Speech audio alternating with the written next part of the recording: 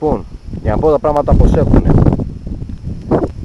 Εγώ είμαι εδώ και όπως έφτασα εδώ θα γυρίσω.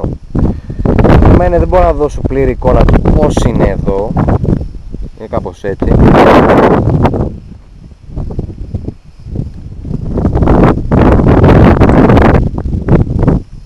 Και ούτω καθεξής. Το θέμα είναι ότι εγώ κάνω ντουρόβολτα μέσα από βουνό.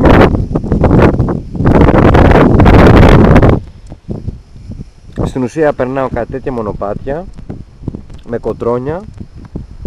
Άμα ο δρόμος έχει αυτή τη μορφή, είναι πάρα πολύ τυχερός. Είναι να έχει αυτό το γεμάτο τέτοιες πέτρες παντού, όμως παντού.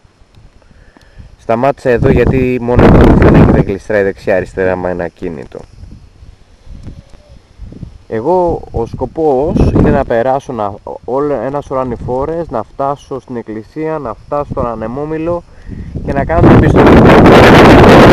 Είναι για να κάνω κανάκι. Και μετά να πάω από το σπίτι που είναι στην άλλη μεριά του νησιού. Τόσο καλά. That's all folks.